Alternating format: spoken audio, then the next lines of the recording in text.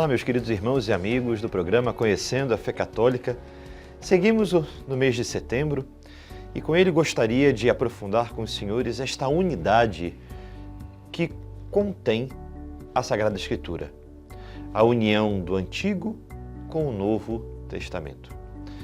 O Antigo, o Vétero Testamento, ele ilumina o Novo Testamento e, consequentemente, o Novo Testamento é o cumprimento das promessas de Deus em toda a história da salvação que tem seu início nos livros do Antigo Testamento.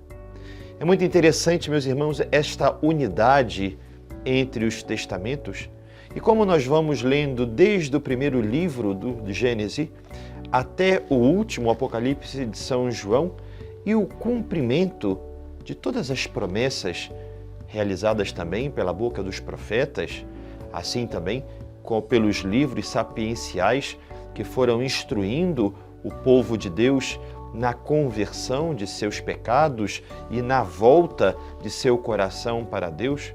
Como não recordar o livro dos Juízes, que foram homens e mulheres levantados no meio do povo de Deus para sempre fazê-los recordar da misericórdia divina e assim, não voltando mais a pecar, vencer seus inimigos e, após a vitória, serem perseverantes na vida nova. A vida nova distante do pecado, a vida nova distante de seus opressores. Muitos se perguntam, meus irmãos, sobre a questão da unidade da Sagrada Escritura. Porque existe uma diferença do número de livros da Sagrada Escritura católica, como, por exemplo, para a Sagrada Escritura protestante. Na Sagrada Escritura, segundo a tradição católica, nós temos 46 livros do Antigo Testamento e 27 que compõem o Novo Testamento. Quanto ao Novo Testamento, existe a semelhança, a igualdade entre o número de livros, tanto para católicos como para aqueles que foram oriundos da Reforma de Lutero no século XVI. A modificação, a interpretação vem justamente no Antigo Testamento.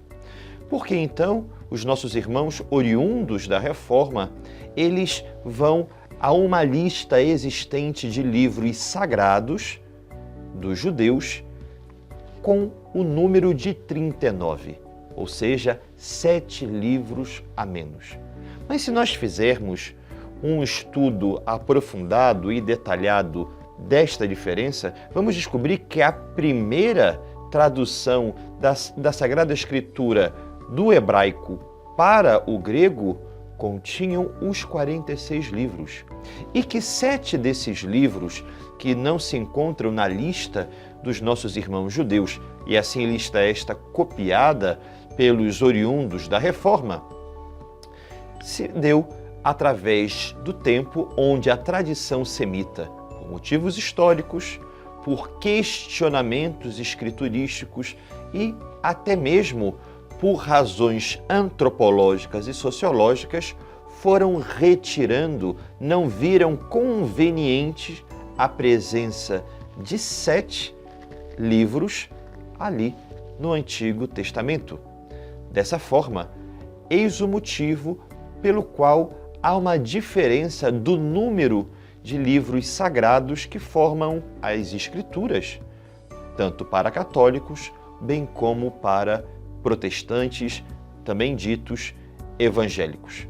Mas se vamos às raízes, já na Igreja primitiva e até mesmo lendo os santos evangelhos e a menção que esses 7 livros que não se encontram na lista dos nossos irmãos judeus, nem como dos nossos irmãos evangélicos protestantes, existem menções desses livros nos livros do Novo Testamento, especialmente nos santos evangelhos, ou seja, Cristo falava desses 7 livros que foram então retirados ao longo dos primeiros séculos da leitura, seja dos judeus ou então da comunidade cristã após o século XVI. Dessa forma, entendemos a diferença da Bíblia de um católico para a Bíblia de um protestante, mas sempre acreditando nesta unidade, que a história da salvação está totalmente contada pelos livros das Escrituras. Ou seja, o antigo ilumina o novo cumpre as promessas do Antigo Testamento e nós podemos celebrar, acreditar e aderir na salvação de um Deus que se encarna para a nossa salvação, Jesus de Nazaré. Deus os abençoe.